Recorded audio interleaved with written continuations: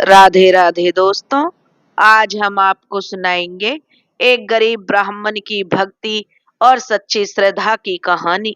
अघन मास में सुने एक गरीब ब्राह्मण और भगवान श्री कृष्ण की कहानी। दोस्तों, अगर आप हमारे चैनल पर नए हैं तो प्लीज हमारे चैनल को सब्सक्राइब करें, वीडियो को लाइक करें और शेयर करें। बहुत समय पहले की बात है, जब धरती पर धर्म और सच्चाई का बोलबाला था। उसी समय में गंगा नदी के किनारे पर एक छोटा सा गांव बसा हुआ था, जिसका नाम रतनपुर था। गांव का नाम तो रतनपुर था, पर वहां के ज्यादातर लोग गरीबी और तंगी में ही अपना जीवन बिताते थे। गांव के लोग बड़े ही सीधे साधे भोले भाले थे। खेती किसानी करके या मजदूरी करके अपना पेट पालते थे। इसी गांव में एक गरीब ब्राह्मण रहता था, जिसका नाम गिरधर था। गिरधर नाम की तरह ही सीधा और सरल था। उसके परिवार में उसकी पत्नी और दो छोटे छोटे बच्चे थे। पत्नी का नाम रुक्मणी था। एक बेटा था जिसका नाम मुरली, और एक बेटी थी जिसका नाम राधा था। अब गिरधर के पास जमीन जायदाद के नाम पर तो कुछ नहीं था। बस एक छोटी सी टूटी फूटी झोपड़ी थी, जो बारिश में टपकती थी और गर्मी में भट्टी की तरह तपती थी। अब गिरधर गांव के मंदिर में छोटी मोटी सेवा करता और पूजा पाठ से जो कुछ भी सीधा मिल जाता, उसी से अपने परिवार का पेट पालता था। कई कई दिन तो ऐसे भी बीत जाते थे जब गिरधर के घर में अनाज का एक दाना भी नहीं होता था, और बच्चों को सिर्फ पानी पीकर ही सोना पड़ता था। अब जो रुक्मणी, उसकी पत्नी, बहुत ही पतिव्रता और संतोषी स्त्री थी। उसने भी, जो गिरधर से कभी भी किसी चीज की कोई शिकायत नहीं की, वह हमेशा यही कहती, भगवान जैसे रखते हैं उसमें ही सुख है। आप चिंता न करें, हमारे भगवान सब देख रहे हैं। आप जो गिरधर की गरीबी तो जग जाहिर थी, पर उससे भी ज्यादा जानी मानी उसकी ईमानदारी थी। पूरे गांव में, यहाँ तक कि आसपास के गांवों में भी गिरधर की ईमानदारी की मिसालें दी जाती थी। चाहे जान पर बनाए, पर गिरधर कभी झूठ नहीं बोलता था और न ही किसी की एक पाई भी बेईमानी से लेता था। उसका मानना था, शरीर तो एक दिन मिट्टी में मिल जाएगा, पर आत्मा तो भगवान के पास जाती है। अगर हम बेईमानी करेंगे तो भगवान को क्या मुंह दिखाएंगे। गिरधर भगवान कृष्ण का बहुत बड़ा भक्त था। वह उन्हें सिर्फ भगवान नहीं, बल्कि अपना सखा, अपना मार्गदर्शक और अपना सब कुछ मानता था। जब भी गिरधर दुखी होता, किसी मुश्किल में पड़ता, तो वह अपनी झोपड़ी के एक कोने में रखी भगवान कृष्ण की एक छोटी सी पुरानी तस्वीर के सामने बैठ जाता और उनसे बातें करने लगता था। वह अपने मन की हर बात, हर दुख दर्द अपने कान्हा जी को सुनाता, और उसे विश्वास था कि एक दिन उसके कान्हा जी उसकी पुकार जरूर सुनेंगे। लोग उसे कभी कभी जो पागल भी कहते थे। वे कहते, देखो, गिरधर पत्थर की मूर्ति से बातें कर रहा है। अरे, अगर भगवान होते तो क्या तुम्हें इस हाल में रखते। पर गिरधर उनकी बातों पर ध्यान नहीं देता था। उसका विश्वास पहाड़ की तरह मजबूत था। एक दिन की बात है, सुबह से ही घर में खाने को कुछ नहीं था। बच्चे भूख से बिलख रहे थे। रुक्मणी ने बच्चों को बहलाने की बहुत कोशिश की, पर भूख के आगे सारे बहाने बेकार थे। राधा, जो सिर्फ 4 साल की थी, रो रो कर कह रही थी, माँ, मुझे बहुत भूख लगी है, कुछ खाने को दे दो।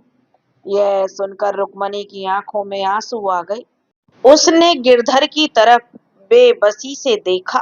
गिरधर, जो अंदर ही अंदर बहुत ही टूट रहा था, एक पिता था, अपने बच्चे को भूखा कैसे देख सकता था। उसने रुक्मणी को धीरज बंधाते हुए कहा, भाग्यवान, तुम चिंता मत करो, मैं अभी कहीं से कुछ काम ढूंढ कर लाता हूँ और शाम तक बच्चों के लिए आटा जरूर लेकर आऊंगा। तुम बस कान्हा जी पर भरोसा रखो।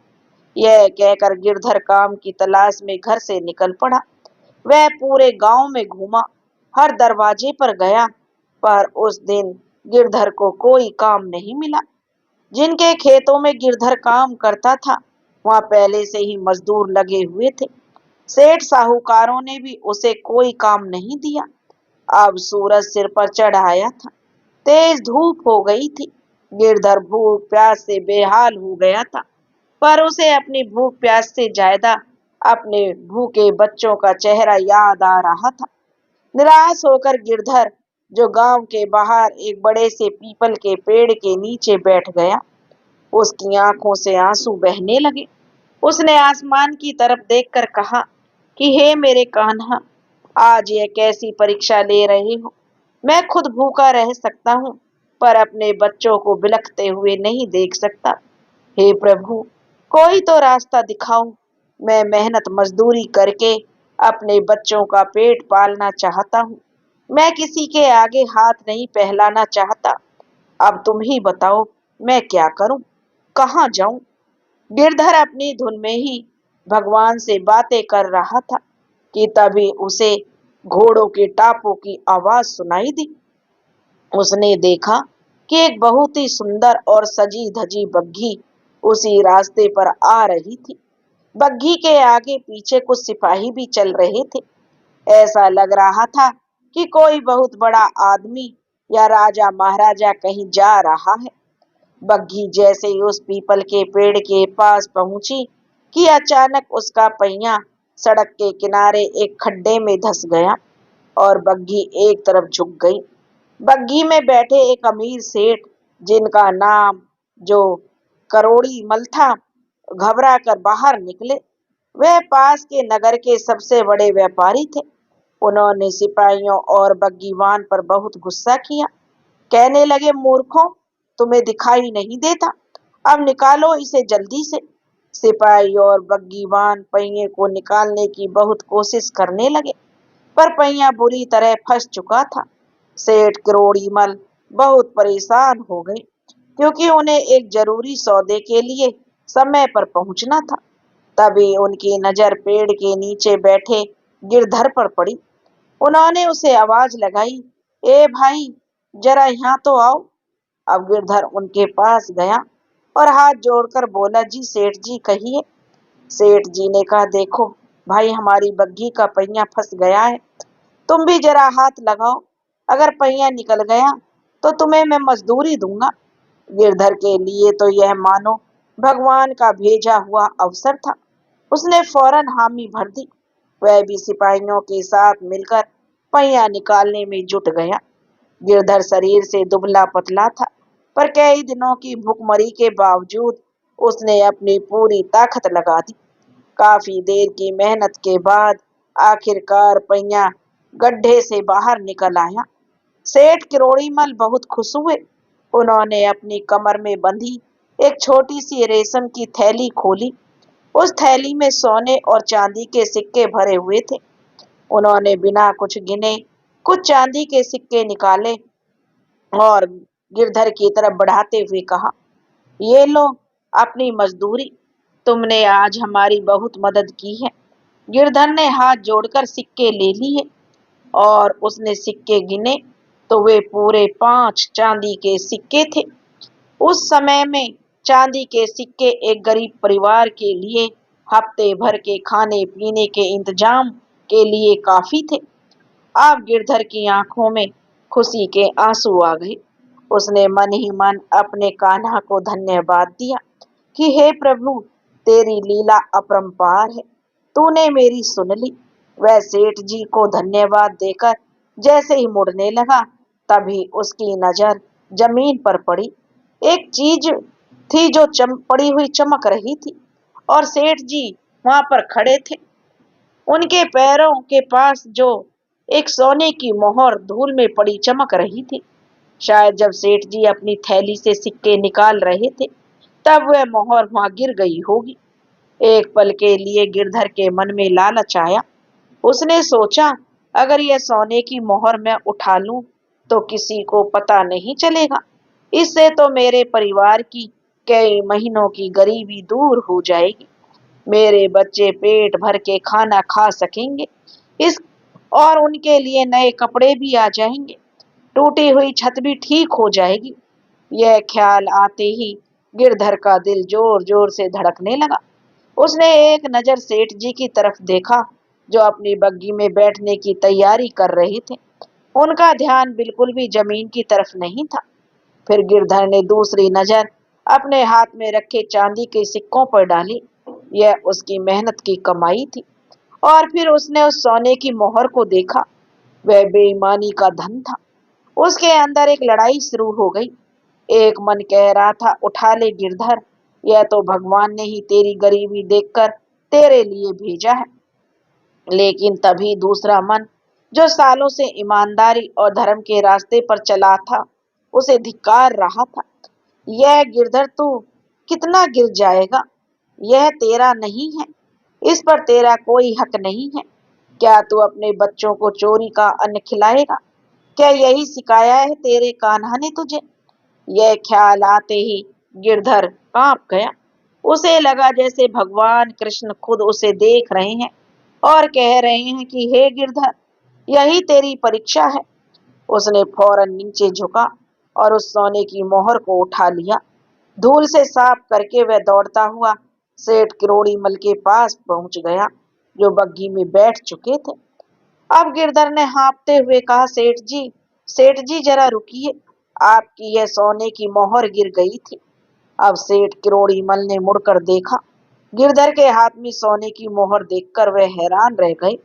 उन्होंने अपनी थैली जांची तो पाया कि सच में एक मोहर कम थी। उन्हें विश्वास ही नहीं हुआ कि इस जमाने में भी इतना ईमानदार आदमी हो सकता है। वह चाहता तो चुपचाप मोहर अपनी जेब में रख सकता था। किसी को कानो कान खबर नहीं होती। अब सेठ किरोड़ीमल बग्घी से नीचे उतरे। उन्होंने गिरधर को ऊपर से नीचे तक देखा। फटे पुराने कपड़े, चेहरे पर गरीबी की लकीरें, पर आंखों में एक अजीब सी चमक और सच्चाई थी। सेठ जी का दिल भर आया। उन्होंने गिरधर को कंधे पर हाथ मारते हुए कहा, भाई तुम्हारा नाम क्या है? गिरधर ने सिर झुकाकर कहा, जी मेरा नाम गिरधर है। सेठ जी ने कहा, गिरधर, मैं तुम्हारी ईमानदारी से बहुत ही प्रसन्न हुआ। आज के जमाने में जब लोग एक दूसरे का गला काट कर भी अमीर बनना चाहते हैं, तब तुम जैसे लोग ही धर्म को जिंदा रखे हुए हो। मैं तुम्हें इसका इनाम देना चाहता हूँ। यह कहकर सेठ जी ने अपनी थैली से 10 सोने की मोहरें निकाली और गिरधर के हाथ पर रखते हुए बोले, यह तुम्हारी ईमानदारी का इनाम है। इसे स्वीकार करो, नहीं तो मुझे बहुत दुख होगा। गिरधर ने पहले तो मना किया, नहीं सेठ जी, यह तो मेरा फर्ज था। मैं इनाम का हकदार नहीं हूँ। पर सेठ जी ने जबरदस्ती करते हुए कहा, यह इनाम नहीं है गिरधर, यह तुम्हारी सच्चाई का सम्मान है। इसे रख लो और अपने बच्चों के लिए अच्छा अच्छा भोजन लेकर जाना। गिरधर की आंखों से झरझर आंसू बहने लगे। वह खुशी के आंसू थे। उसने कांपते हुए हाथों से सोने की मोहरें उठा ली और सेठ जी के पैर छू लिए। सेठ जी ने उसे उठाकर गले लगा लिया और अपनी बग्गी में बैठकर चले गए। गिरधर वहीं सड़क पर खड़ा उन सोने की मोहरों को देखता रहा। उसे अपनी आंखों पर विश्वास नहीं हो रहा था कि कहाँ तो वह कुछ चांदी के सिक्कों के लिए तरस रहा था और कहाँ उसकी ईमानदारी ने उसे 10 सोने की मोहरें दिला दी। उसने आसमान की ओर देखकर हाथ जोड़े और बोला, हे मेरे कान्हा, तुम सच कहते हो, ईमानदारी का फल मीठा होता है। आज तुमने मेरी लाज रख ली, मेरे विश्वास को टूटने नहीं दिया। और वह खुशी खुशी जो बाजार की तरफ भागा। उसने सबसे पहले महीने भर का आटा, दाल, चावल, घी, शक्कर और बच्चों के लिए मिठाइयाँ खरीदी। उसने रुक्मणी के लिए एक नई साड़ी और बच्चों के लिए नए कपड़े भी खरीदे। जब वह इतना सारा सामान लेकर घर पहुंचा, तो रुक्मणी और बच्चे उसे देखकर हैरान रह गए। और रुक्मणी ने चिंता से पूछा, स्वामी, यह सब कहाँ से आया? आपने कोई गलत काम तो नहीं किया? गिरधर मुस्कुराते हुए अपनी सारी कहानी अपनी पत्नी को सुनाई। अब गिरधर की पत्नी रुक्मणी की आंखें यह कहानी सुनकर जो उसकी आंखों में आंसू भर आए, उसने भगवान कृष्ण की तस्वीर के आगे हाथ जोड़कर कहा, हे प्रभु, धन्य हैं आप। आपने हमेशा हमारी लाज रखी है। उस दिन कई दिनों के बाद उस झोपड़ी में चूल्हा जला। रुक्मणी ने स्वादिष्ट भोजन बनाया। सबने पेट भरकर खाना खाया। बच्चों के चेहरे पर जो खुशी थी वह गिरधर के लिए 10 सोने की मोहरों से भी ज्यादा कीमती थी। उस रात पूरा परिवार चैन की नींद सो गया। गिरधर ने उन सोने की मोहरों को बहुत ही अच्छे से इस्तेमाल किया। उसने सबसे पहले अपनी झोपड़ी की मरम्मत करवाई। फिर उसने एक गाय खरीदी ताकि बच्चों को दूध मिल सके। बचे हुए पैसों से उसने एक छोटा सा कारोबार शुरू करने का सोचा। उसने बाजार में सब्जी बेचने का काम शुरू किया। वह पास के गांवों से ताजी सब्जियां लाता और शहर के बाजार में बेचता। अपनी ईमानदारी और अच्छे व्यवहार के कारण उसका काम धीरे धीरे चलने लगा। लोग अब गिरधर की दुकान से ही सब्जी खरीदना पसंद करते थे, क्योंकि उन्हें पता था गिरधर ना तो कभी कम तोलता है और ना ही खराब माल देता है। अब गिरधर के परिवार के दिन फिरने लगे थे। घर में अब खाने पीने की कोई कमी नहीं थी। बच्चे स्कूल जाने लगे थे, पर इतनी सुख सुविधा आने के बाद भी गिरधर बदला नहीं। वह पहले की तरह ही सीधा सरल और ईमानदार बना रहा। वह अपनी कमाई का एक हिस्सा हमेशा गरीबों और जरूरतमंदों की मदद में लगा था। मंदिर में सेवा करना उसने अब भी नहीं छोड़ा था। और सबसे बड़ी बात, भगवान कृष्ण पर उसकी भक्ति और विश्वास अब 100 गुना और बढ़ गया था। वह हर पल हर काम में अपने कान्हा को याद करता और मानता था कि जो कुछ भी हो रहा है सब उनकी कृपा से हो रहा है। समय धीरे धीरे बीतता गया। गिरधर का काम अब बढ़ता गया। अब वह सिर्फ सब्जी ही नहीं बल्कि अनाज का भी व्यापार करने लगा था। उसकी ईमानदारी की चर्चा अब पूरे नगर में होने लगी थी। बड़े बड़े व्यापारी भी उसके साथ काम करना चाहते थे। 2-3 साल में ही गिरधर ने की जो अब गिनती गांव के सम्मानित लोगों में होने लगी। उसने अपनी मेहनत से एक छोटा सा पक्का घर भी बनवा लिया था, पर वह अपनी पुरानी झोपड़ी को नहीं भूला था। उसने उस झोपड़ी को वैसे ही संभाल कर रखा था जैसे कोई अपनी सबसे कीमती चीज को रखता है। वह अक्सर वहां जाकर बैठता और अपने पुराने दिनों को याद करता, ताकि उसके मन में कभी घमंड ना आए। लेकिन कहते हैं ना, जब इंसान तरक्की करता है तो उससे जलने वाले भी पैदा हो जाते हैं। ऐसे ही में गांव का एक दूसरा व्यापारी था जिसका नाम पन्ना लाल था। पन्ना लाल बहुत ही लालची और बेईमान आदमी था। वह कम तोलता, माल में मिलावट करता और झूठ बोलकर अपना सामान बेचता था। जब से गिरधर का काम बढ़ा था, अब पन्ना लाल का धंधा मंदा पड़ गया था। लोग अब उसकी दुकान पर कम आते थे। यह बात अब पन्ना लाल को कांटे की तरह चुभती थी। वह मन ही मन अब जो गिरधर से जलने लगा और उसे बर्बाद करने के तरीके सोचने लगा। पन्ना लाल ने कई बार गिरधर को नुकसान पहुंचाने की कोशिश की। कभी उसकी सब्जियों में रात को कीड़े डलवा देता, तो कभी उसके खिलाफ झूठी अफवाहें फैलाता। अब गिरधर बासी माल बेचता है, पर गिरधर की सच्चाई और अच्छाई के आगे उसकी कोई भी चाल कामयाब नहीं हुई। जो लोग गिरधर को जानते थे वे पन्ना लाल की बातों पर विश्वास नहीं करते थे। एक बार जो राज्य में बहुत ही भयंकर सूखा पड़ा। बारिश ना होने की वजह से फसलें सूख गई, नदी नाले सूख गए, चारों तरफ हाहाकार मच गया। अनाज का अकाल पड़ गया। जो कुछ भी अनाज बचा था वह व्यापारियों ने अपने गोदामों में भर लिया और उसे बहुत ऊंचे दामों पर बेचने लगे। गरीबों के लिए तो 2 वक्त की रोटी का जुगाड़ करना भी मुश्किल हो गया। पन्नालाल जैसे बेईमान व्यापारियों के लिए तो यह मुंह मांगी मुराद थी। उसने अपने गोदामों में बहुत सारा अनाज पहले से ही जमा कर रखा था। अब उसे अनाज को वह 10 गुने दाम पर बेच रहा था और बहुत ही चांदी कूट रहा था। उसे गरीबों की हाय से कोई मतलब नहीं था। वहीं दूसरी ओर गिरधर का दिल लोगों की हालत देखकर रो रहा था। उसके पास भी कुछ अनाज था जो उसने अपने व्यापार के लिए खरीद कर रखा था।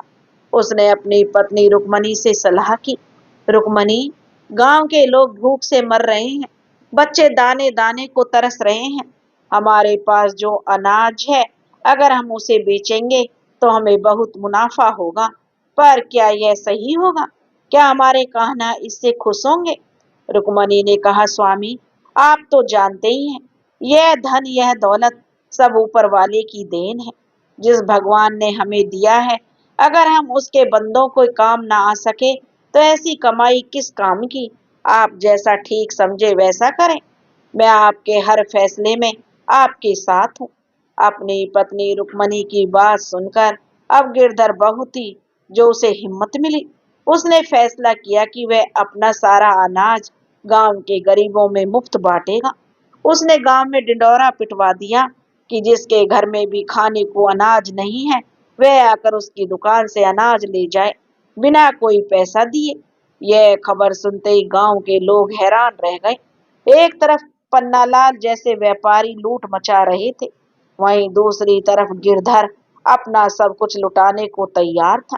अब गिरधर की दुकान के बाहर गरीबों की लंबी लाइन लग गई। गिरधर और रुक्मणी खुद सबको बराबर बराबर अनाज बांट रहे थे। वे किसी को भी खाली हाथ नहीं लौटाते थे। कुछ ही दिनों में गिरधर का सारा गोदाम खाली हो गया। यह बात जब पन्ना लाल को पता चली तो वह आग बबूला हो गया। वह सीधा गिरधर के पास आया और चिल्लाकर बोला, अरे मूर्ख गिरधर, तू यह क्या कर रहा है? यह व्यापार करने का समय है, दान पुण्य करने का नहीं। तूने सारा अनाज मुफ्त में लुटा दिया, और जब अकाल और लंबा खिंचेगा तब तू और तेरे बच्चे क्या खाएंगे? भीख मांगोगे। अब गिरधर ने हाथ जोड़कर बड़े ही शांति से पन्नालाल को जवाब दिया कि पन्नालाल भाई, मेरा और मेरे बच्चों का पेट पालने वाला मेरे कान्हा जी हैं। उसने आज तक मुझे भूखा नहीं सुलाया, तो आगे भी नहीं सुलाएगा। और जो भूख से तड़प रहे हैं, इनमें भी तो उसी कान्हा जी का रूप है।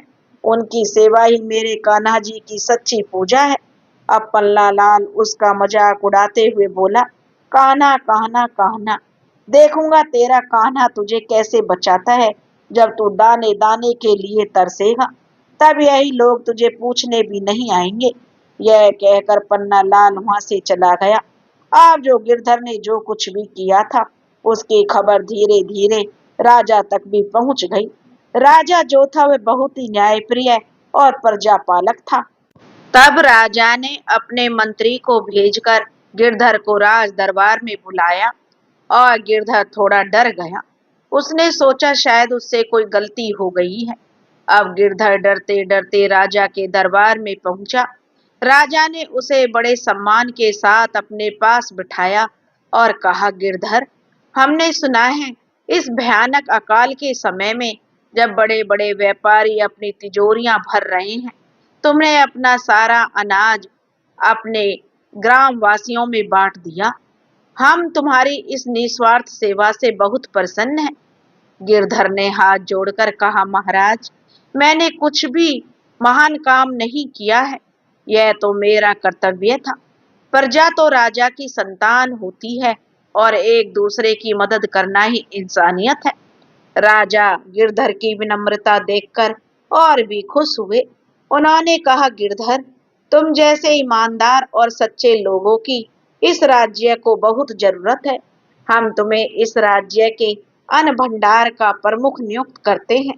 आज से पूरे राज्य में अनाज का वितरण तुम्हारी देख रेख में होगा। यह हमारा आदेश है कि राज्य के हर जरूरतमंद इंसान तक अनाज पहुंचना चाहिए। कोई भी भूखा नहीं सोना चाहिए। यह सुनकर गिरधर को अपने कानों पर विश्वास नहीं हुआ। कहाँ वह एक छोटा सा व्यापारी था, और कहाँ उसे पूरे राज्य की इतनी बड़ी जिम्मेदारी मिल रही थी।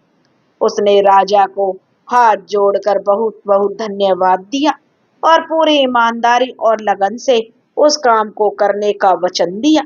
गिरधर ने बहुत ही अच्छे ढंग से अपनी जिम्मेदारी निभाई। उसने राज्य के हर गांव, हर शहर में अनाज पहुंचाने की व्यवस्था की। उसने बेईमान व्यापारियों पर नकेल कसी, जो अब तक धीरे धीरे अनाज की काला बाजारी कर रहे थे। पन्नालाल जैसे व्यापारियों के गोदामों पर छापे मारकर सारा छिपा हुआ अनाज बाहर निकलवाया और उसे गरीबों में बंटवा दिया। कुछ ही समय में राज्य में भुखमरी की समस्या काफी हद तक सुलझ गई। गिरधर के इस काम से उसकी ख्याति चारों ओर फैल गई। लोग उसे अन्न देवता कहकर पुकारने लगे। राजा भी उसके काम से बहुत खुश थे। उन्होंने उसे और भी कई महत्वपूर्ण जिम्मेदारियां सौंप दी। अब गिरधर एक साधारण व्यापारी नहीं था, वह राज्य का एक बड़ा अधिकारी बन गया था। उसके पास धन, सम्मान, अधिकार सब कुछ था। पर इतनी ऊंचाई पर पहुंचने के बाद भी गिरधर के पैर जमीन पर ही थे। उसके मन में कोई घमंड नहीं था। वह आज भी वैसा ही सरल, विनम्र और ईश्वर से डरने वाला इंसान था। वह हर रोज सुबह शाम अपने घर के मंदिर में अपने कान्हा जी की मूर्ति के आगे बैठता और कहता, हे प्रभु, यह सब तेरी माया है। मैं तो एक साधारण इंसान हूँ, तू ही मुझसे यह सब करवा रहा है। बस इतनी कृपा करना प्रभु, मेरे मन में कभी अहंकार ना आए और मैं हमेशा धर्म और सच्चाई के रास्ते पर चलता रहूं। दूसरी तरफ पन्नालाल की हालत दिन पर दिन खराब होती जा रही थी। उसकी बेईमानी और काला बाजारी पकड़ी गई थी। राजा के आदेश पर उसका सारा धन जो जब्त कर लिया गया था और उसे जेल में डाल दिया गया था। अब उसे समझ आ रहा था, बेईमानी का रास्ता हमेशा बर्बादी की ओर ले जाता है। एक दिन गिरधर को खबर मिली कि पन्नालाल जेल में बहुत बीमार है। उसकी देखभाल करने वाला कोई नहीं है। अब गिरधर का मन यह सुनकर दुखी हो गया। वह पन्नालाल से मिलने जेल में पहुंचा। पन्नालाल उसे देखकर हैरान रह गया। उसे लगा कि गिरधर उसका मजाक उड़ाने आया है। पर गिरधर ने बड़े प्रेम से ही पन्नालाल का हाल चाल पूछा और उसके लिए फल और दवाइयां लेकर आया। पन्नालाल की आंखों में यह देखकर आंसू आ गए। वह रोते हुए बोला, गिरधर, मुझे माफ कर दो।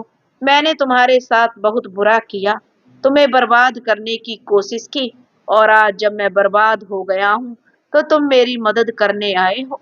तुम सच में महान हो। गिरधर ने उसके हाथ पकड़कर कहा, नहीं नहीं पन्नालाल भाई, महान तो मेरा कान्हा है। मैं तो सिर्फ उसके दिखाए रास्ते पर चलने की कोशिश कर रहा हूँ। इंसान से गलती हो जाती है। तुम अपनी गलती मान रहे हो, यह बहुत बड़ी बात है।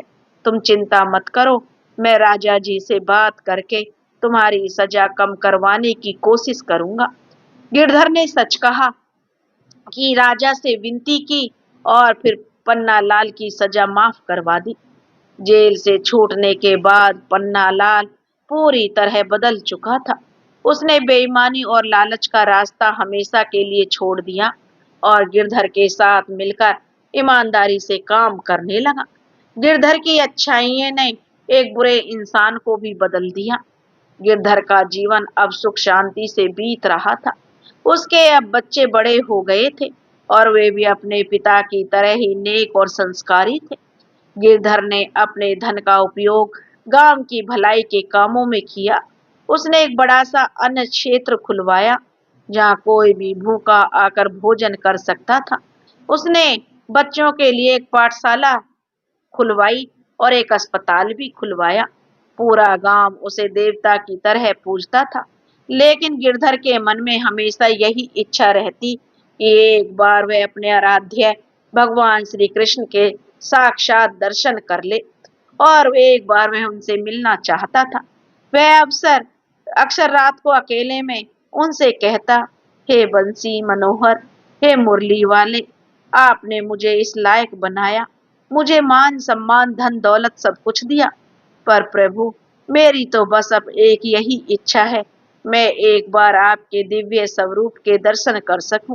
क्या मेरी इच्छा कभी पूरी नहीं होगी? गिरधर की इस सच्ची पुकार को भगवान कृष्ण कैसे अनसुना कर सकते थे? एक रात जब गिरधर गहरी नींद में सो रहा था, उसके सपने में भगवान श्री कृष्ण आए। उनका रूप इतना तेजोमयी और सुंदर था कि गिरधर की आंखें खुली की खुली रह गईं। सांवला सलोना रूप, सिर पर मोर पंख का मुकुट, होठों पर मधुर मुस्कान और आंखों में करुणा का सागर। गिरधर उनके चरणों में गिर पड़ा और बोला, प्रभु आप आ गए, मैंने आपका कितना इंतजार किया है। हे प्रभु, अब भगवान श्री कृष्ण ने गिरधर को उठाकर अपने गले से लगा लिया और बोले, गिरधर मैं तो हमेशा तुम्हारे साथ था। तुम ईमानदारी के रास्ते पर चल रहे थे, जब तुम भूखों को भोजन करा रहे थे, जब तुम अपने दुश्मन को माफ कर रहे थे, हर पल हर क्षण मैं तुम्हारे साथ था। तुमने मुझे बाहर ढूंढा, पर मैं तो तुम्हारे अंदर ही बैठा था। अब गिरधर ने पूछा, पर प्रभु मैंने तो आपको कभी नहीं देखा। भगवान ने मुस्कुराकर कहा, हे गिरधर, जिस दिन तुमने जमीन पर पड़ी सोने की मोहर उठाकर उस सेठ को लौटाई थी, उस दिन तुमने मुझे अपनी ईमानदारी में देखा था। जिस दिन तुमने अपना सारा अनाज भूखों में बांट दिया था, उस दिन तुमने मुझे उन गरीबों की आंखों में देखा था। जिस दिन तुमने पन्ना लाल को माफ किया था, उस दिन तुमने मुझे अपनी क्षमा में देखा था। गिरधर, सच्ची भक्ति मंदिर में पूजा पाठ करने से नहीं होती। सच्ची भक्ति तो इंसानियत की सेवा में है, धर्म और सच्चाई के रास्ते पर चलने में है। तुमने यह सब करके मेरी सबसे बड़ी पूजा की है। गिरधर भगवान की बातें सुनकर भाव विभोर हो गया। उसकी आंखों में प्रेम के आंसू बह रहे थे। उसे आज जीवन का सबसे बड़ा ज्ञान मिल गया था। भगवान ने आगे कहा, गिरधर तुम्हारा जीवन अब सफल हो गया है। तुमने दुनिया के सामने यह साबित कर दिया है कि ईमानदारी और धर्म का रास्ता भले ही मुश्किल हो, पर अंत में जीत सच्चाई की होती है। जो इंसान हर परिस्थिति में धर्म का साथ नहीं छोड़ता, मैं स्वयं उसका सारथी बनता हूँ। ठीक वैसे ही जैसे मैंने महाभारत में अर्जुन का सारथी बनकर उसका पथ प्रदर्शन किया था। यह कहते हुए भगवान श्री कृष्ण ने अपना एक हाथ गिरधर के सिर पर रखा और उनकी स्पर्श मात्र से ही अब गिरधर का शरीर दिव्य प्रकाश से भर गया। उसे ऐसा महसूस हुआ जैसे उसे दुनिया की सारी खुशियां मिल गई हों, सारी चिंताएं और मोह माया समाप्त हो गई हों। जब सुबह गिरधर की आंखें खुली तो उसे लगा जैसे वह कोई सपना देख रहा था, पर उसके मन में जो शांति और आनंद था, वह इस बात का सबूत था कि वह सपना नहीं था। उसके प्रभु, उसके कान्हा सच में उससे मिलने आए थे। उस दिन के बाद गिरधर का जीवन पूरी तरह बदल गया। अब वह सिर्फ एक राज अधिकारी या धनी व्यक्ति नहीं था, वह एक संत बन गया था। वह राजकाज का काम भी करता, पर उसका मन हमेशा भगवान की भक्ति में लगा रहता। उसने अपना पूरा जीवन लोगों की सेवा और धर्म के प्रचार में लगा दिया। उसकी कहानी दूर दूर तक फैली और लोगों के लिए एक प्रेरणा बन गई। लोग समझ गए कि ईश्वर कहीं बाहर नहीं, बल्कि हमारे अच्छे कर्मों में, हमारी अच्छी ईमानदारी में और हमारी सच्ची नियत में बसता है। जो इंसान इन गुणों को अपना लेता है, भगवान हमेशा उनके साथ रहते हैं, उसके जीवन की नैया को हर तूफान में पार लगा देते हैं। गिरधर ने यह साबित कर दिया, ईमानदारी का फल देर से मिल सकता है, पर मिलता जरूर है। जब मिलता है तो वह इतना मीठा होता है कि जीवन धन्य हो जाता है। दोस्तों, इस तरह से फिर से समय का चक्र चलता रहा और गिरधर बूढ़ा हो चला था। अब उसके चेहरे पर हमेशा एक दिव्य तेज और होठों पर कान्हा जी का नाम रहता था। उसने अपने बेटे को अपनी सारी जिम्मेदारियां सौंप दी थी। अपना ज्यादातर समय वह पूजा पाठ और सत्संग में बिताने लगा था। उसका बेटा भी उसी के पद चिन्हों पर चला और उन्होंने भी ईमानदारी और नेकी का रास्ता कभी नहीं छोड़ा। एक दिन जब गिरधर अपने पूजा घर में ध्यान में बैठा था, उसे ऐसा महसूस हुआ जैसे कोई उसे बुला रहा है। तब एक बहुत ही मीठी बांसुरी की धुन उसके कानों में गूंजने लगी। यह वही धुन थी जो उसने सपने में अपने कान्हा के पास सुनी थी। अब गिरधर समझ गया कि अब उसके जाने का समय आ गया है। उसके प्रभु उसे अपने पास बुला रहे हैं। उसके चेहरे पर कोई डर या दुख नहीं था, बल्कि एक परम शांति और आनंद का भाव था। उसने अपनी आंखें खोली और अपने परिवार वालों को पास बुलाया। उसने सबसे कहा, देखो, मेरे जाने का समय आ गया है। मेरे कान्हा मुझे लेने आए हैं। तुम लोग दुखी मत होना। मैंने अपना जीवन जी लिया है। बस एक बात हमेशा याद रखना, चाहे कितनी भी मुश्किल क्यों ना आ जाए, कभी भी ईमानदारी और धर्म का रास्ता मत छोड़ना। यही इंसान का सबसे बड़ा धन है। यह कहते कहते गिरधर की आंखें बंद हो गई। उसके प्राण उसके शरीर को छोड़कर उस परम ज्योति में विलीन हो गए, जिसे लोग भगवान कहते हैं। उसके चेहरे पर एक दिव्य मुस्कान थी, जैसे कोई बच्चा अपनी माँ की गोद में शांति से सो गया हो। गिरधर तो इस दुनिया से चला गया, पर उसकी कहानी अमर हो गई। रतनपुर गांव के लोग आज भी अपने बच्चों को गिरधर की कहानी सुनाते हैं। उसकी ईमानदारी और उसकी भक्ति की और उसकी निस्वार्थ सेवा की कहानी। वह मंदिर जहां गिरधर पूजा करता था, आज एक बड़ा तीर्थ बन गया है। और वह पीपल का पेड़ जिसके नीचे गिरधर को पहली बार उसकी ईमानदारी का फल मिला था, आज भी वहां खड़ा है। मानो दुनिया को यह संदेश दे रहा हो कि कर्म अगर सच्चा हो तो भगवान किसी ना किसी रूप में आपकी मदद करने जरूर आते हैं। दोस्तों, यह कहानी यहीं खत्म नहीं होती, क्योंकि सच्चाई और ईमानदारी की कहानी कभी खत्म नहीं होती। यह तो पीढ़ी दर पीढ़ी चलती रहती है और भटके हुए लोगों को सही रास्ता दिखाती है। गिरधर के जाने के कई साल बाद रतनपुर अब एक छोटा सा गांव नहीं रहा, वह एक समृद्ध नगर बन चुका था। गिरधर के बेटे ने अपने पिता की तरह विरासत को बहुत आगे लाया था, अच्छे से उसे संभाला। वह भी राजा के दरबार में एक ऊंचे पद पर था और अपनी ईमानदारी और न्याय के लिए जाना जाता था। उसने अपने पिता द्वारा शुरू किए गए सभी धर्मार्थ कार्यों को और भी आगे बढ़ाया। अन्य क्षेत्र अब और भी बड़ा हो गया था। पाठशाला अब एक गुरुकुल का रूप ले चुकी थी, जहां दूर दूर से बच्चे शिक्षा ग्रहण करने आते थे। लेकिन जैसा संसार का नियम है, जहां अच्छाई होती है वहां बुराई भी किसी न किसी कोने में छिपी रहती है। राज्य के पड़ोस में एक दूसरा राज्य था, जिसका राजा बहुत ही क्रूर और लालची था। उसका नाम रतन सेन था और उसकी नजर हमेशा रतनपुर की समृद्धि पर थी।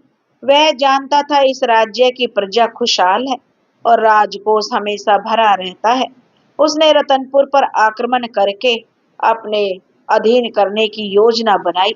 एक रात जब रतनपुर के लोग चैन की नींद सो रहे थे, तो राजा रतन सेन ने अपनी विशाल सेना के साथ राज्य पर हमला कर दिया। रतनपुरी की सेना इस अचानक हुए हमले के लिए तैयार नहीं थी। घमासान युद्ध हुआ, पर जो रतन सेन की सेना संख्या में बहुत ज्यादा थी। रतनपुर का राजा लड़ते लड़ते जो वीर गति को प्राप्त हुआ और रतन सेन ने राज्य पर कब्जा कर लिया। रतन सेन ने नगर में घुसते ही लूटपाट और अत्याचार का नंगा नाच शुरू कर दिया। उसको राजकोष को लूट लिया, सुंदर भवनों को नष्ट कर दिया और प्रजा पर मनमाने कर लगा दिए। जो कोई भी उसका विरोध करता, उसे मौत के घाट उतार दिया जाता। चारों ओर हाहाकार मच गया। रतनपुर की खुशियां जैसे एक ही रात में ग्रहण लगकर खत्म हो गई। गोपाल का बेटा किसी तरह अपनी जान बचाकर नगर से निकलने में कामयाब हो गया। उसने अपने परिवार को एक गुप्त स्थान पर छिपा दिया और कुछ वफादार सैनिकों को इकट्ठा करके रतन सेन से बदला लेने और अपने राज्य को आजाद कराने की प्रतिज्ञा की। पर यह काम इतना आसान नहीं था। रतन सेन की सेना बहुत बड़ी और शक्तिशाली थी। जबकि गोपाल के बेटा मुरली के पास गिने चुने सैनिक थे। मुरली अपने कुछ साथियों के साथ जंगल में छिपकर रहने लगा। दिन रात वह इसी चिंता में डूबा रहता, कैसे इस अत्याचारी राजा से अपनी प्रजा को मुक्ति दिलाई जाए। उसे अपने पिता गिरधर की बहुत याद आती थी। वह सोचता, आज पिताजी होते तो वह क्या करते, वह कैसे इस मुश्किल का सामना करते। उसे अपने पिता की कही बात याद आती, बेटा जब सारे रास्ते बंद हो जाएं, तब एक ही रास्ता हमेशा खुला रहता है, वह भगवान की भक्ति का रास्ता। अपने कान्हा पर विश्वास बनाए रखना, वह कोई ना कोई मार्ग जरूर दिखाएंगे। यह सोचकर गिरधर का बेटा फिर से भगवान श्री कृष्ण की आराधना शुरू कर दी।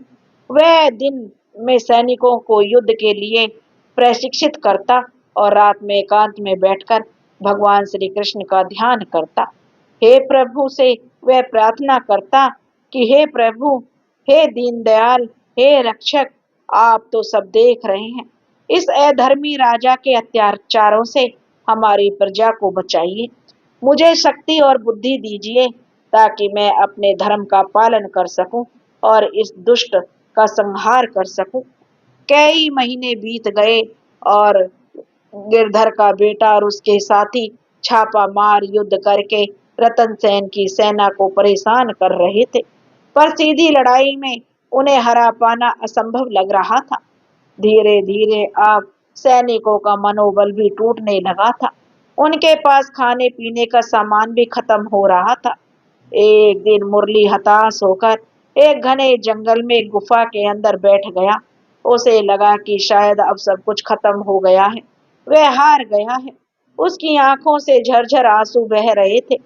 तभी गुफा के अंदर से एक धीमी आवाज सुनाई दी, पुत्र निराश क्यों होते हो? जो धर्म के लिए लड़ता है उसकी कभी हार नहीं होती। अब मुरली ने चौंक कर देखा, गुफा के अंदरूनी हिस्से में एक वृद्ध साधु बैठे हुए थे, जिनकी सफेद दाढ़ी जमीन को छू रही थी और आंखों में एक अद्भुत तेज था। अब मुरली ने उन्हें पहले कभी नहीं देखा था। उसने साधु बाबा के चरणों में प्रणाम किया। फिर साधु महात्मा ने मुस्कुराकर कहा, पुत्र, मैं जानता हूँ तुम किस पीड़ा से गुजर रहे हो। तुम्हारा राज्य, तुम्हारी प्रजा सब संकट में है, पर याद रखो, रात चाहे कितनी भी काली क्यों ना हो, सुबह जरूर होती है। अब मुरली ने हाथ जोड़कर कहा, महात्मा जी, आप कौन हैं? आप मेरा मार्गदर्शन कीजिए। मेरे पास ना तो बड़ी सेना है और ना ही पर्याप्त हथियार हैं। मैं उस पापी रतन सेन का सामना कैसे करूं? साधु महात्मा ने कहा, युद्ध केवल हथियारों और सेना की संख्या से नहीं जीते जाते पुत्र। युद्ध जीते जाते हैं बुद्धि, युक्ति और धर्म के बल से। रतन सेन अधर्मी है और अधर्म का बल खोखला होता है। तुम्हें उसे उसी के जाल में फंसाना होगा। साधु महात्मा ने जब मुरली के कान में एक योजना बताई, योजना सुनकर मुरली की आंखों में चमक आ गई। उसे लगा जैसे उसे एक नया रास्ता मिल गया हो। उसने साधु महात्मा को धन्यवाद दिया और वहां से अपने साथियों के साथ वापस लौट आया। साधु की योजना के अनुसार मुरली ने अपने एक दूत को, जो रतन सेन के पास, एक संदेश लेकर भेजा। संदेश में लिखा था, हे राजा रतन सेन, मैं जानता हूं कि मैं आपको युद्ध में नहीं हरा सकता, इसलिए मैं जो संधि करना चाहता हूं, मैं आपको रतनपुर का राजा स्वीकार करता हूं। बस मेरी एक शर्त है, हमारे नगर के बाहर जो चामुंडा देवी का प्राचीन मंदिर है, वहाँ एक बहुत बड़ा खजाना छिपा है जो मेरे पूर्वजों ने रखा था। वह खजाना मैं आपको सौंप दूंगा। बदले में आप मेरी प्रजा पर अत्याचार करना बंद कर दें और मुझे मेरे परिवार के साथ सुरक्षित इस राज्य में जाने दें। रतन सेन, जो बहुत ही लालची था, खजाने का नाम सुनते ही उसकी आंखें चमक उठी। उसने सोचा, यह तो बहुत अच्छा सौदा है, बिना किसी लड़ाई के इतना बड़ा खजाना मिल रहा है। उसने तुरंत मुरली की शर्त मान ली और अगले दिन दोपहर में मंदिर के पास अकेले आने का वादा किया ताकि खजाने का बंटवारा हो सके। उसने सोचा, जैसे ही मुरली खजाने का पता बताएगा वह उसे वहीं मार देगा। दूसरी तरफ मुरली भी अपनी तैयारी में लग गया। वह चामुंडा देवी का जो मंदिर एक पहाड़ी पर बना हुआ था, वहां पहुंचने का रास्ता बहुत ही संकरा और खतरनाक था।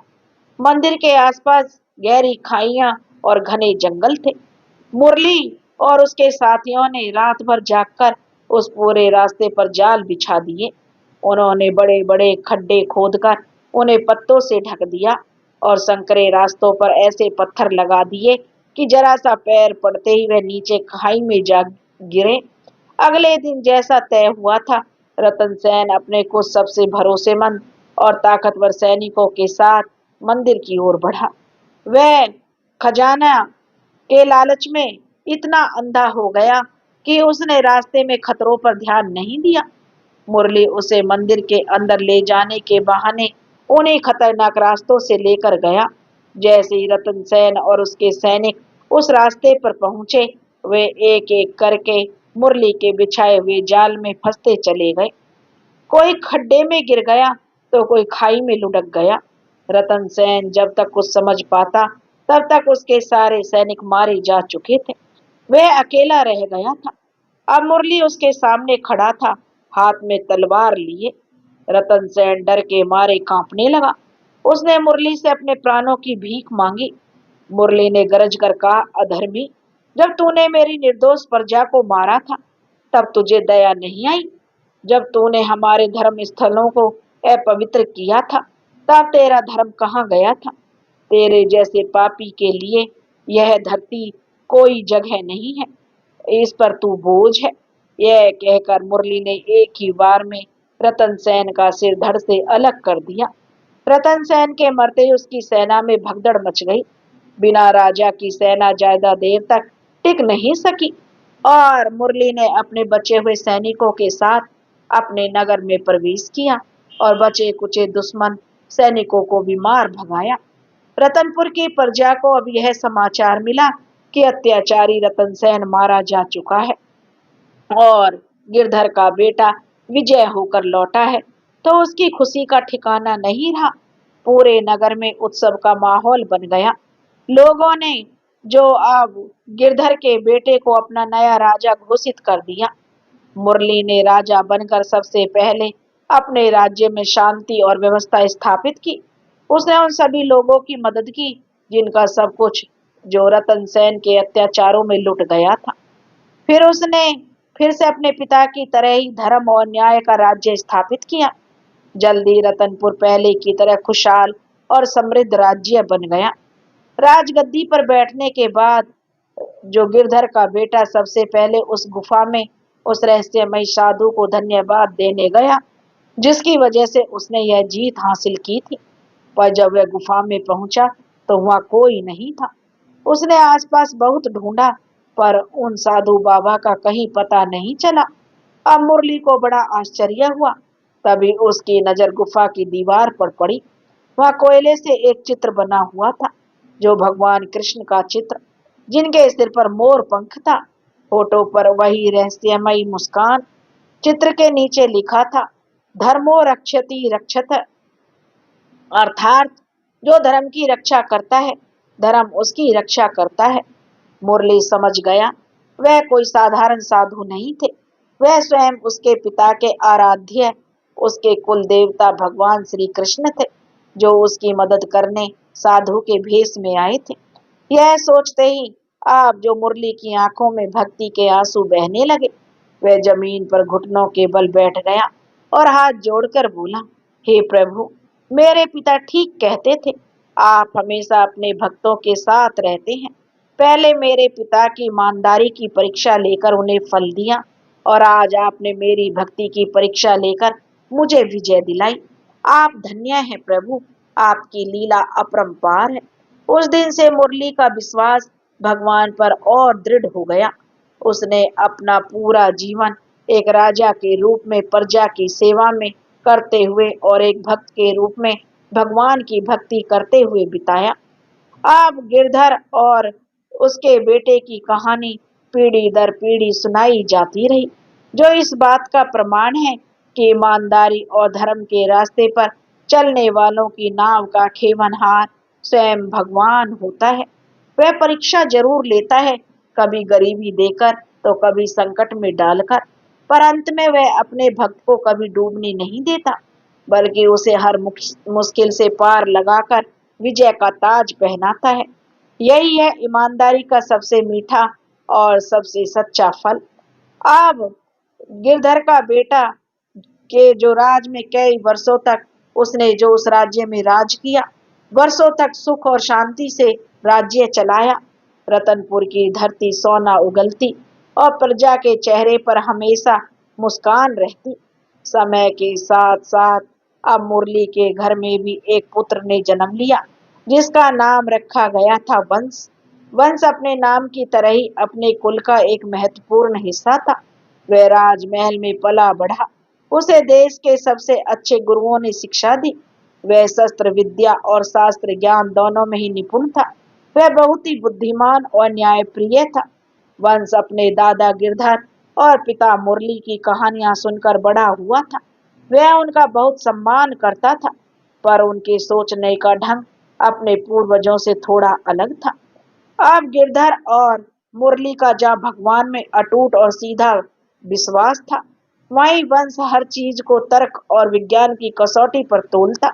वह मानता था राज्य की उन्नति अच्छे शासन, सही नीतियों और प्रजा की मेहनत से होती है, न कि सिर्फ पूजा पाठ और चमत्कारों के भरोसे बैठने से। वह धर्म को मानता था, पर उसके लिए धर्म का मतलब नैतिक नियम और कर्तव्य का पालन, न कि भगवान से बातें करना या हर घटना को भगवान की लीला समझना। जब मुरली बूढ़े हो गए तो उन्होंने राजपाट की सारी जिम्मेदारी अपने बेटे वंश को सौंप दी। वंश ने एक बहुत ही कुशल राजा की तरह राज्य को संभाला। उसने खेती के नए तरीके लागू करवाए, व्यापार के लिए नई राहें खोली और न्याय व्यवस्था को भी और मजबूत बनाया। उसके राज्य में रतनपुर की समृद्धि और बढ़ गई। लोग कहते, राजा हो तो वंश जैसा, बुद्धिमान और प्रजा का सेवक। सब कुछ बहुत अच्छा चल रहा था, पर शायद ईश्वर को अपने भक्तों की परीक्षा लेना बहुत पसंद है। एक दिन राज्य में एक अजीब और रहस्यमय बीमारी फैलनी शुरू हो गई। यह बीमारी किसी को मारती नहीं थी, पर इंसान का शरीर अंदर से खोखला कर देती थी। जिसे भी यह बीमारी होती, उसके हाथ पैर कमजोर हो जाते, शरीर में आलस भर जाता और काम भी करने की इच्छा खत्म हो जाती। लोग दिन भर सुस्त पड़े रहते, जैसे उनके शरीर से जान ही निकल गई हो। शुरू में वंश को इस पर ज्यादा ध्यान नहीं दिया। उसे लगा यह मौसम बदलने के कारण होने वाला कोई मामूली बुखार होगा, पर धीरे धीरे यह बीमारी पूरे राज्य में फैलने लगी। किसान अपने खेतों में काम नहीं कर पा रहे थे, कारीगर अपने औजार नहीं उठा पा रहे थे और सैनिक अपने हथियार चलाने में भी थकने लगे थे। हंसता खेलता मेहनत करने वाला रतनपुर अब आलसियों का नगर बनता जा रहा था। खेतों में फसलें खड़ी खड़ी सूखने लगी, क्योंकि उन्हें काटने वाला कोई नहीं था। व्यापार ठप पड़ गया, क्योंकि बाजारों में ना तो कोई बेचने वाला था और ना ही कोई खरीदने वाला। राज्य की अर्थव्यवस्था अब चरमराने लगी। अब राजा वंश को चिंता हुई कि उसने अपने राज्य के और दूसरे राज्यों के भी सबसे प्रसिद्ध वैद्यों और हकीमों को बुलाया। एक बड़ी सभा हुई। सभी वैद्यों ने बीमारी लोगों की जो जांच की, पर कोई भी इस बीमारी का कारण या इलाज नहीं ढूंढ पाया। यह कोई जानी पहचानी बीमारी नहीं थी। सारे वैद्य सिर पकड़कर बैठ गए। उन्होंने तरह तरह की जड़ी बूटियां और दवाइयां दी, पर किसी भी दवाई का कोई असर नहीं हुआ। अब वंश ने अपनी बुद्धि और ज्ञान का पूरा उपयोग किया। उसने पूरे नगर में साफ सफाई का अभियान चलवाया, पीने के पानी के लिए कुओं में औषधि डलवाई और बीमार लोगों को दूसरे से अलग रखने का इंतजाम किया। उसने हर वह उपाय किया जो एक समझदार राजा को करना चाहिए, पर बीमारी घटने के बजाय बढ़ती जा रही थी। प्रजा में हाहाकार मच गया।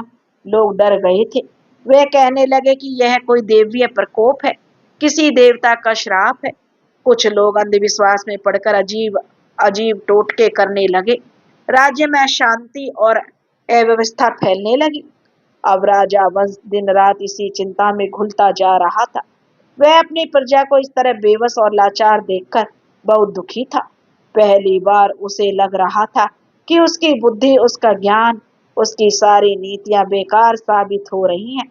एक शाम को वह अपने महल में अकेला और निराश बैठा था। तभी उसके पिता, जो बूढ़े हो चुके थे, मुरली उसके पास आए और उन्होंने वंश के सिर पर हाथ फेरते हुए कहा, पुत्र, मैं तुम्हारे चेहरे पर चिंता की लकीरें देख रहा हूं। मैं जानता भी हूँ कि तुमने अपनी तरफ से हर संभव कोशिश की है। वंश ने दुखी होकर कहा, पिताजी, मैंने सब कुछ करके देख लिया, कोई दवा, कोई उपाय काम नहीं कर रहा। मुझे समझ नहीं आ रहा कि मैं क्या करूं। मेरा सारा ज्ञान व्यर्थ हो गया। मुरली ने शांत भाव से कहा, पुत्र, जब इंसान का ज्ञान और उसकी ताकत जवाब दे जाती है, तब उसे उस शक्ति को याद करना चाहिए जो इस पूरी सृष्टि को चला रही है। तुमने वैद बुलाए, उपाय किए, यह सब तुम्हारा राजधर्म था और तुमने उसे अच्छे से निभाया। पर अब समय है ईश्वर की शरण में जाने का। अपने परदादा गिरधर को याद करो। जब भी उन पर कोई संकट आता था तो वह अपने कान्हा जी को पुकारते थे और उनके कान्हा जी हमेशा उनकी मदद करते थे। वंश ने एक ठंडी सांस भरी। पिताजी, मैं आपकी बातों का सम्मान करता हूँ, पर आप ही बताइए, सिर्फ प्रार्थना करने से क्या होगा? क्या भगवान आकर इस बीमारी का इलाज बताएंगे? हमें कोई ठोस उपाय ढूंढना होगा। आप मुरली मुस्कुराए और बोले, बेटा, विश्वास तर्क से परे होता है। प्रार्थना का मतलब हाथ पर हाथ धरकर बैठना नहीं होता। प्रार्थना का मतलब होता है अपनी बुद्धि और अहंकार को ईश्वर के चरणों में रखकर उनसे मार्गदर्शन मांगना। जब तुम यह स्वीकार कर लेते हो कि तुम सब कुछ नहीं जानते, तभी ज्ञान का असली दरवाजा खुलता है।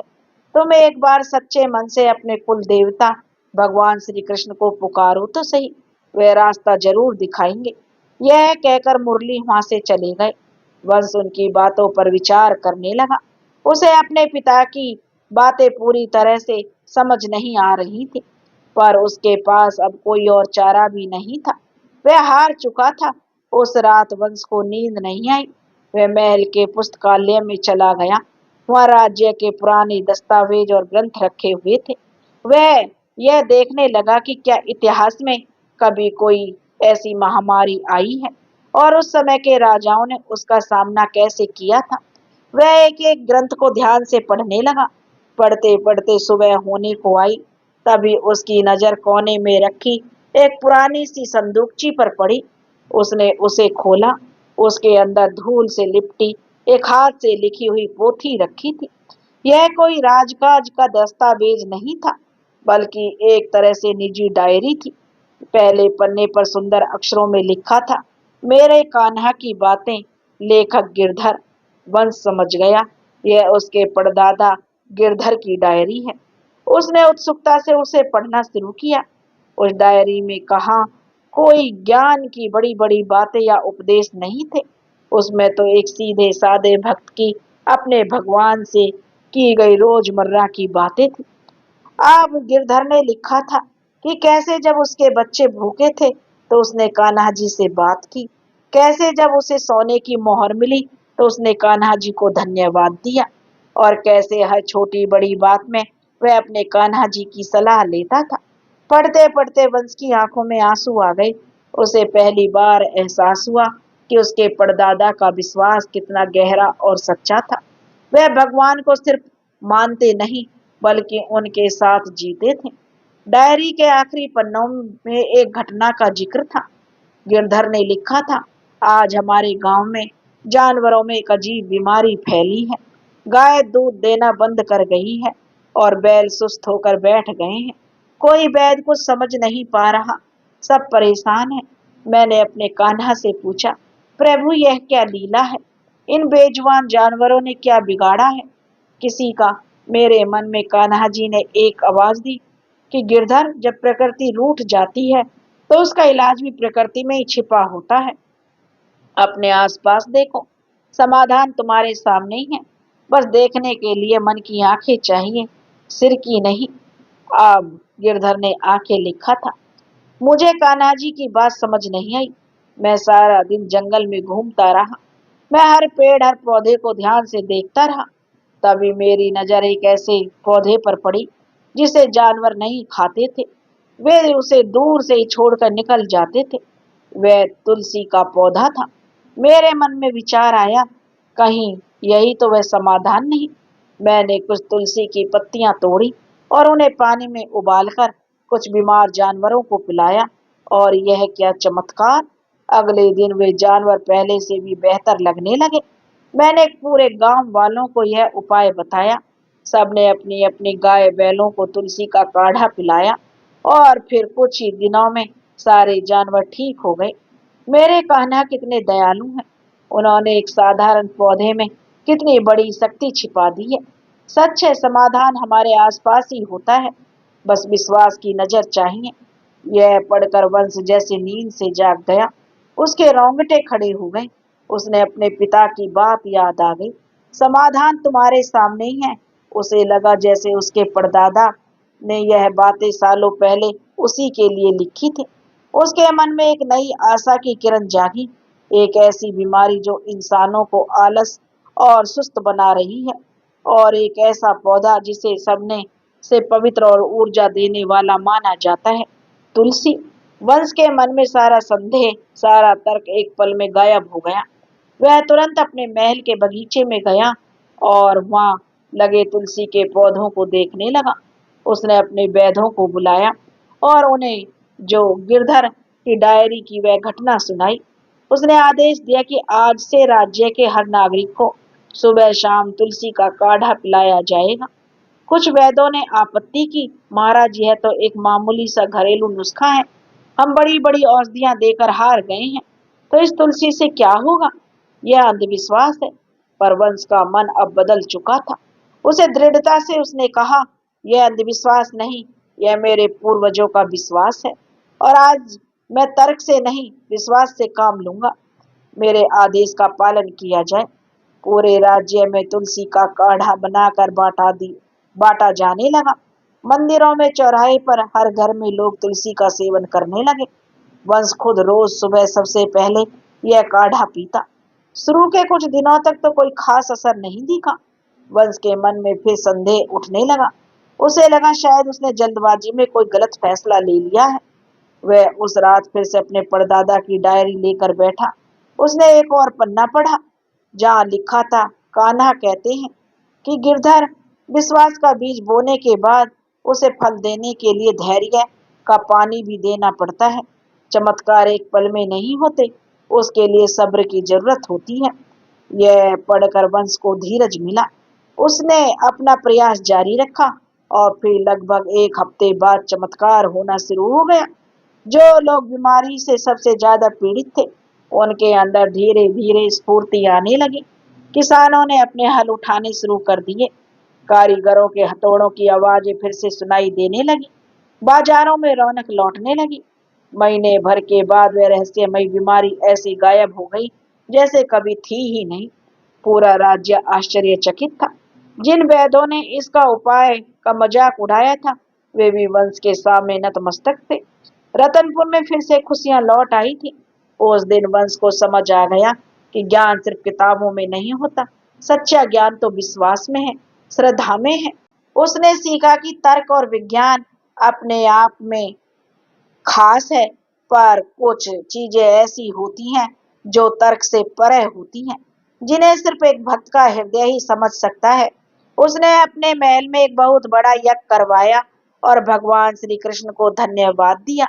उसने प्रजा को संबोधित करते हुए कहा, आज हमारी जीत किसी राजा या वैद्य की जीत नहीं है, यह हमारे पूर्वजों के विश्वास की जीत है।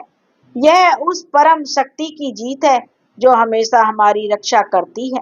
मेरे परदादा गिरधर अपने ईमानदारी के बल पर हर मुश्किल से जीते, और आज हम सब उनके विश्वास के बल पर इस संकट से बाहर आए हैं।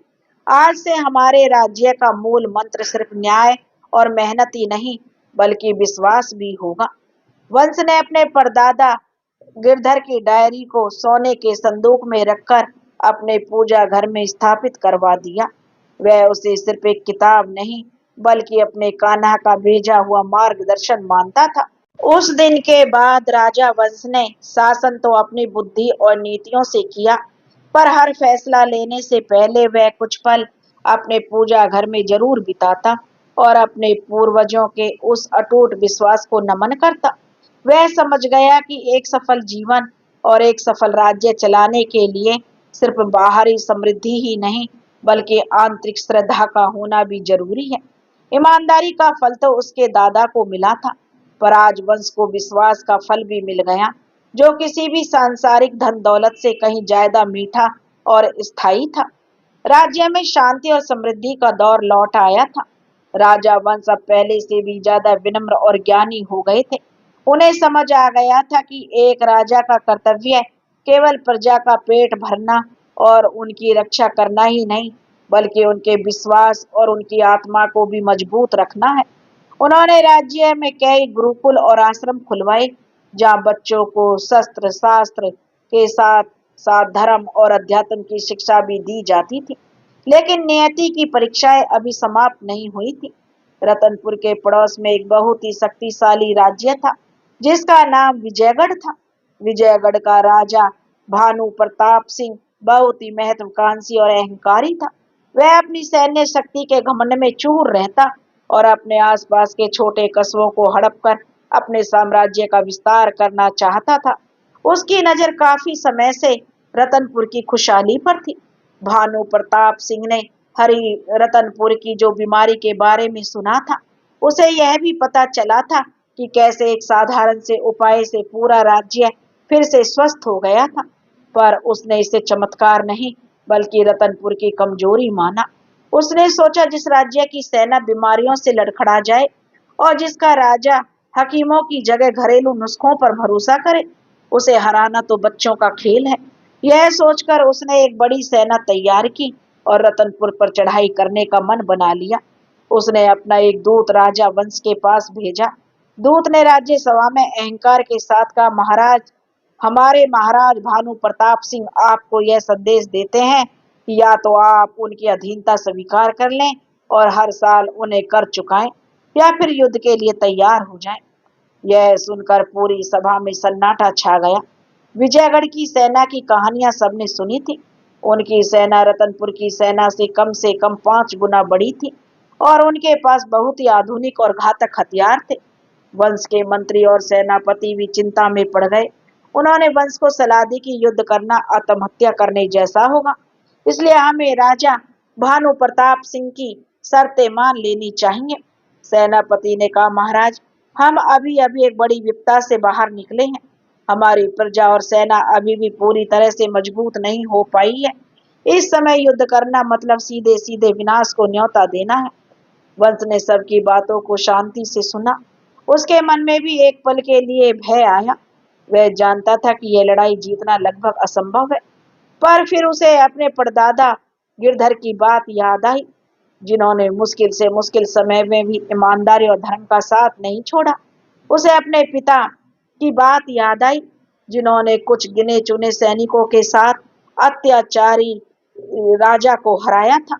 वंश अपने सिंहासन से उठ खड़ा हुआ, दृढ़ आवाज में बोला, हम रतनपुर के वासी हैं। हमने अपने पूर्वजों से सीखा है कि सिर कटा सकते हैं पर झुका नहीं सकते। किसी अधर्मी और अहंकारी राजा की गुलामी करना हमारे धर्म के विरुद्ध है। हम लड़ेंगे, परिणाम चाहे जो भी हो। हम अपनी स्वतंत्रता और अपने सम्मान के लिए अपनी आखिरी सांस तक लड़ेंगे। फिर वह उस दूत की ओर मुड़ा और कहा, जाकर अपने राजा से कह दो कि रतनपुर की प्रजा शांति प्रिय है, पर कायर नहीं। हम तुम्हारी चुनौती स्वीकार करते हैं।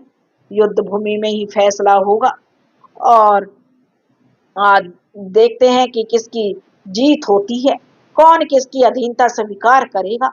दूत अपमानित होकर वहां से चला गया।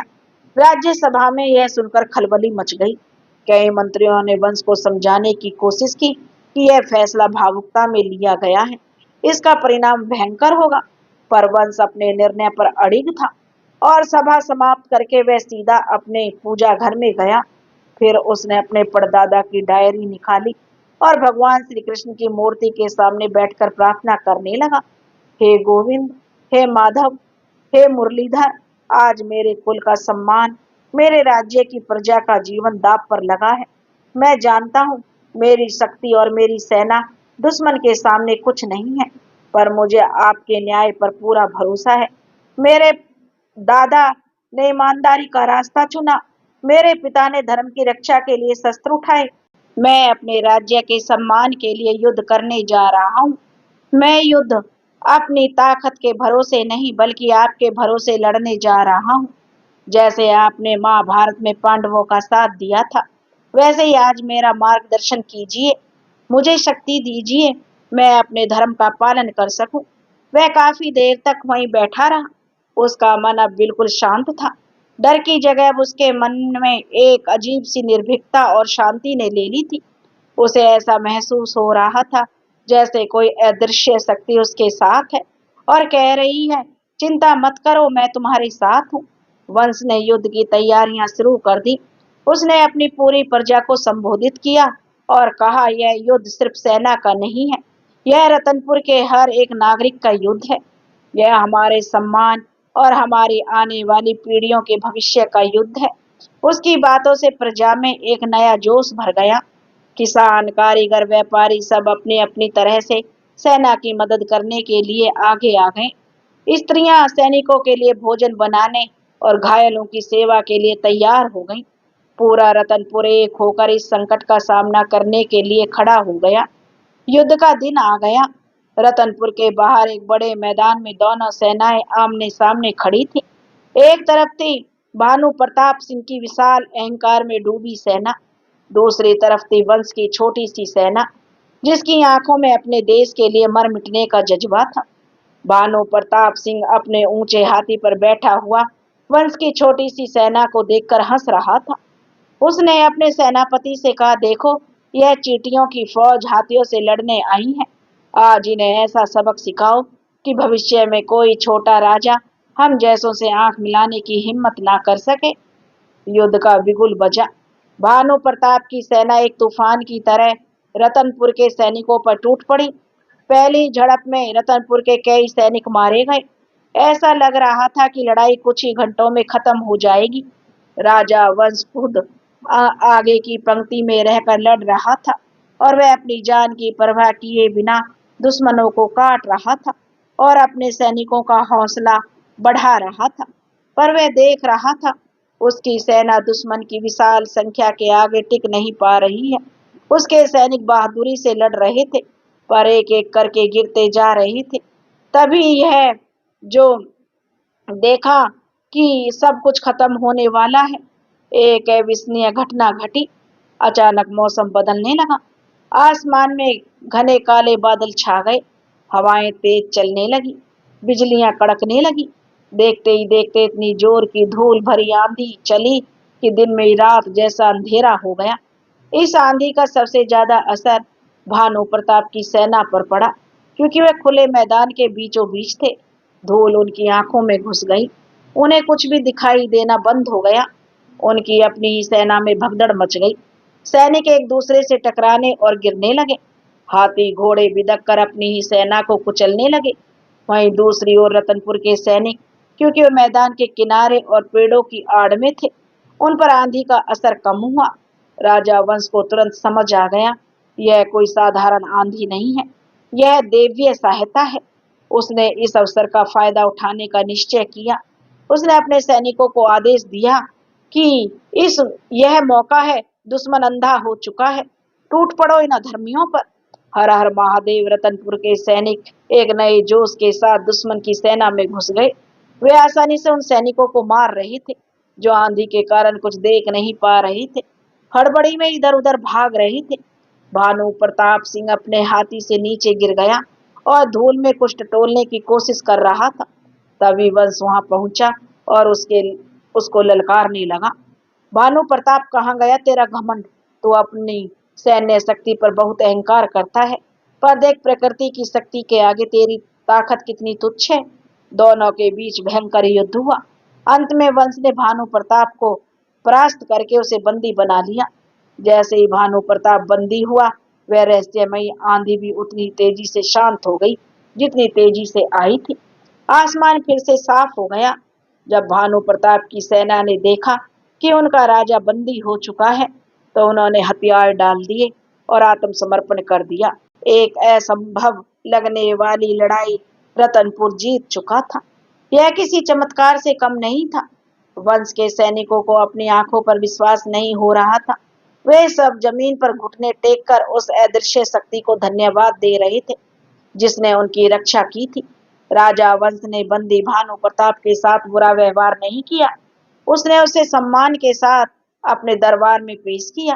भानु प्रताप का सिर सर से जो शर्म से सिर झुका हुआ था। वंश ने उससे कहा, राजा भानु प्रताप, मैं चाहता हूँ तुम्हें मृत्यु दंड दे सकता था, पर हमारा धर्म तुम्हें क्षमा करना सिखाता है।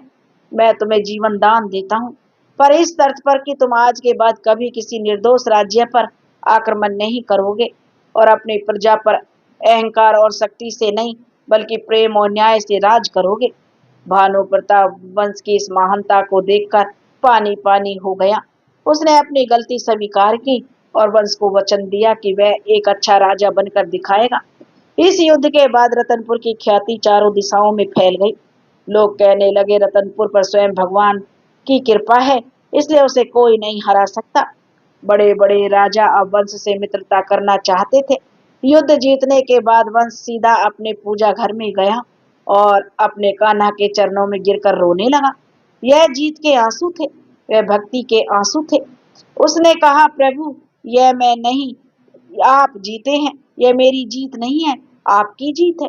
आपने एक बार फिर साबित कर दिया, जो धर्म और विश्वास के रास्ते पर चलता है उसकी नाव को आप कभी डूबने नहीं देते। आपने मेरे कुल की लाज रख ली। उस दिन के बाद वंश का जीवन पूरी तरह से अपने ईश्वर और अपनी प्रजा को समर्पित हो गया। उसने न सिर्फ एक महान राजा के रूप में बल्कि एक परम भक्त के रूप में ख्याति प्रदान की। अब जो गिरधर की ईमानदारी से शुरू हुई कहानी मुरली के धर्म युद्ध से होती हुई वंश के अटूट विश्वास पर आकर रुकी थी। इस कहानी में आने वाली हजारों पीढ़ियों को यह सिखाया कि जीवन में परिस्थितियां चाहे कैसी भी हो, अगर इंसान की नीयत साफ हो, कर्मों में ईमानदारी हो और हृदय में ईश्वर के प्रति सच्ची श्रद्धा हो, तो दुनिया की कोई भी ताकत उसे हरा नहीं सकती। और अंत में मिलने वाला फल इतना मीठा होता है कि उसकी मिठास जन्म जन्मांतर तक बनी रहती है। दोस्तों, अगर आपको यह कहानी पसंद आई हो तो प्लीज हमारे चैनल को सब्सक्राइब करें, वीडियो को लाइक करें और शेयर करें। राधे राधे।